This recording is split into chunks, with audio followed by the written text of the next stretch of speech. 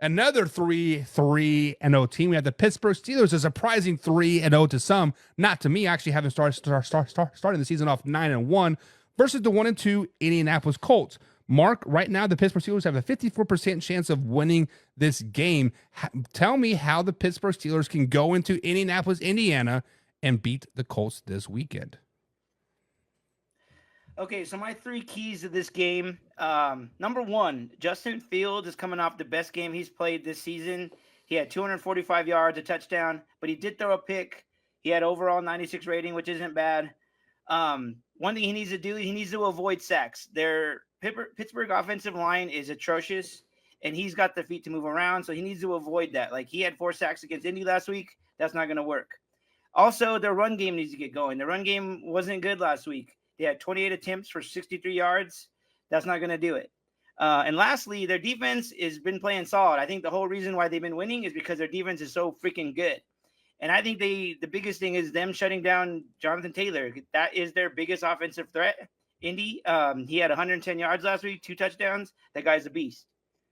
Yeah, so I concur with everything that you said. Defense is definitely key for the Pittsburgh Steelers. And of course, Justin Fields balling is a big thing. But I think the Indianapolis Colts can, quote, pull off the upset this weekend. I really think if they run the ball with Jonathan Taylor over and over and over again, run it right at TJ Watt and that Pittsburgh Steelers defense, they can have some success. Right now, Jonathan Taylor has 261 yards so far this season, which is good for 7th in the NFL. And I think if you continue to tote him the rock, he could definitely break 15, 16, 1,700 yards this season. Next up is kind of take the training wheels off of Anthony Richardson. Yes, I understand you want to protect him from himself, but what made Anthony Richardson so great in college was his ability to roll the pocket and the ability to scramble when he needed, much like Lamar Jackson does, right? The ability to stretch the play. And right now the Colts are kind of handicapping him, forcing him to stay in the pocket. I think if they just let him play and let him be him, they will do well. Next up is, I think, the defense. The defense has kind of been a unsung hero for the Indianapolis Colts per se. They are quietly, putting up some decent numbers week after week after week. Yes, they are 1-2, but if you look at the Houston Texans game, they held the Houston Texans to under 30 points. They held the Green Bay Packers under 16 points, and then they held the Chicago Bears last week under 16 points as well. That defense is starting to click and get better and better and better. So let JT run the ball, take the training wheels off of Anthony Richardson, and let that defense just eat. Get pressure on Justin Fields, force him to make some upsets. So, Mark, I give you my spiel. You giving me your spiel. Who do you got? Pittsburgh Steelers or the Indianapolis Colts in this week's game? Even though my spiel was about the Steelers, I think you're right. I think if they let off the chains of Richardson and let him run more than throw, because his accuracy is bad. It's really bad. So maybe if they could just get him going run-wise, that would help them. And I can see them giving the ball to Taylor a whole lot. So, yeah, I can see them winning. I'm going Indy. Yeah, I am going Indianapolis Colts as well, as I do have the Pittsburgh Steelers starting off the season 9-1 this season. The one loss was to the Indianapolis Colts, because whether you like it or not, Mark, Indy is a tough place to play.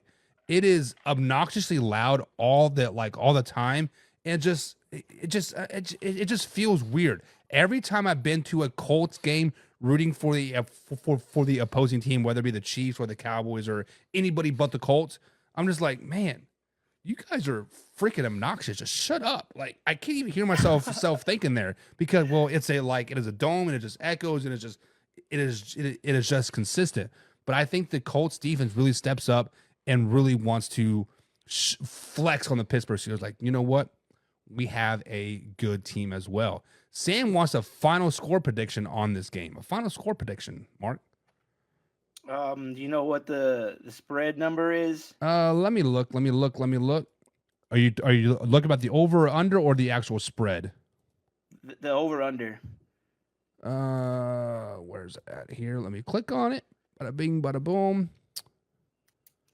The over under is 40.5 and is a 2.5 spread in favor of the Steelers. maybe 21-24, and they cover. I think the first person to, or the first team to break 16 points wins this game. So it'd be a 16-13, 16-12 type of score in favor of the Colts. So I like the Colts as well in a low scoring game. Jameson says the Colts win if they run the ball successfully and get in the end zone because Steelers struggle to score touchdowns. That is true. That is true. I want to say, was it their first game? No, their second game where they only scored field goals in the game. They didn't score a single touchdown. Yep. They went to the red zone, I believe, 5 times in that particular time and walked away with 0 touchdowns each and every time. However, last week they did score 3. So maybe they're starting to trend up a little bit. Kevin is saying, obviously, you don't watch Buffalo Bills game. We were referring to last year. Damar Hamlin only played like 13 snaps last season. He is starting this season, and he is actually playing well. I will give you guys that. Derek says, got this. Richardson about to ball out. Colts is the listen. If Anthony Richardson lives up to half of the hype that he was given to, I mean, we have to understand the Colts drafted a project quarterback, and they knew they drafted a project quarterback. That's why they had Gardner Minshew as a backup last season to kind of teach him and kind of like not get thrown to the wolves. Well, he goes down week 3, insert Gardner Minshew. And we never see Anthony Richardson on the sideline because he's, healing and like all that stuff. This season, he doesn't have that backup figure. He doesn't have that fatherly figure or the mentor figure. So he definitely is a rookie still wet behind the ears. And this is his 7th NFL game. So just keep that in mind. But he does have Flacco there. Flacco's been in the league a long time. I'm not necessarily sure he's the type to mentor him. I don't know. Like you're right. He is a project. And now he's finally getting the chance to show because he, like you said, he was hurt last year.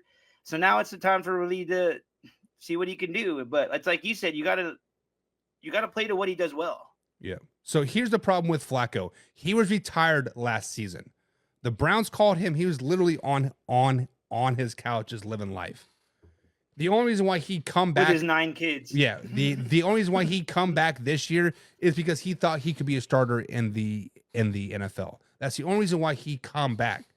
Truth of the matter is nobody wanted you last year. Nobody really wanted you this year. The Colts drafted you, got you by default. Like, Sam Ellinger probably isn't the guy. So Joe, come here and mentor. But like I said, I kind of think Joe is that really guy. Is that guy? He isn't very good. As in, I think they're talking about Damar Hamlin. Timothy Nicholas says the Chiefs will get their first loss of the season.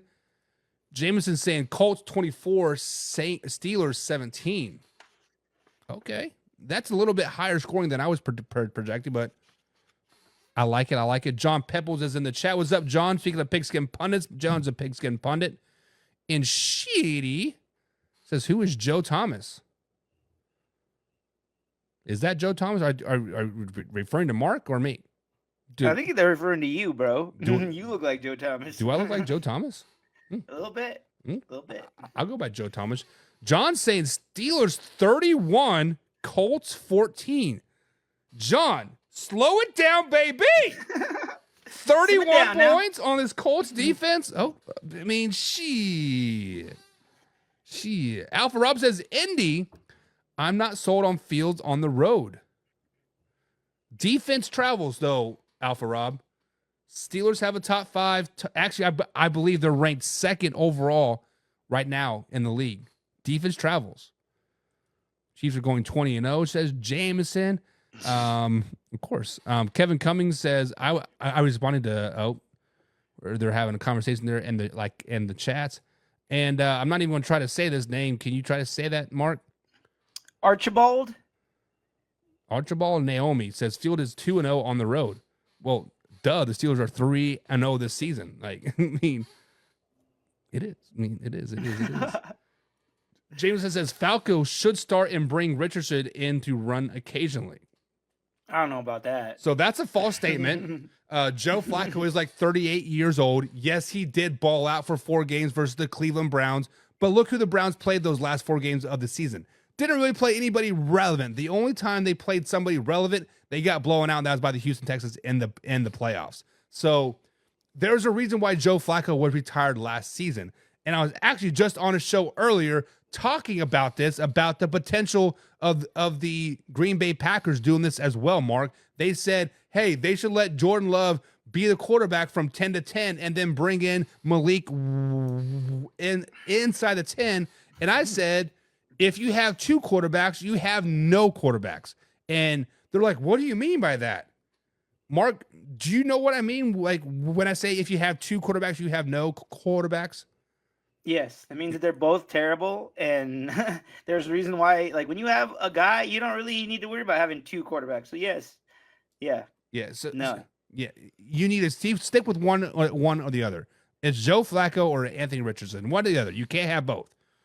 You can't have your cake and eat it too. I think as my wife says. John says, get you some pigskin pundits. Of course. But guys, who do you got? Who do you got? Steelers or the Colts? Let us know in the comments below. Next up, we have a game.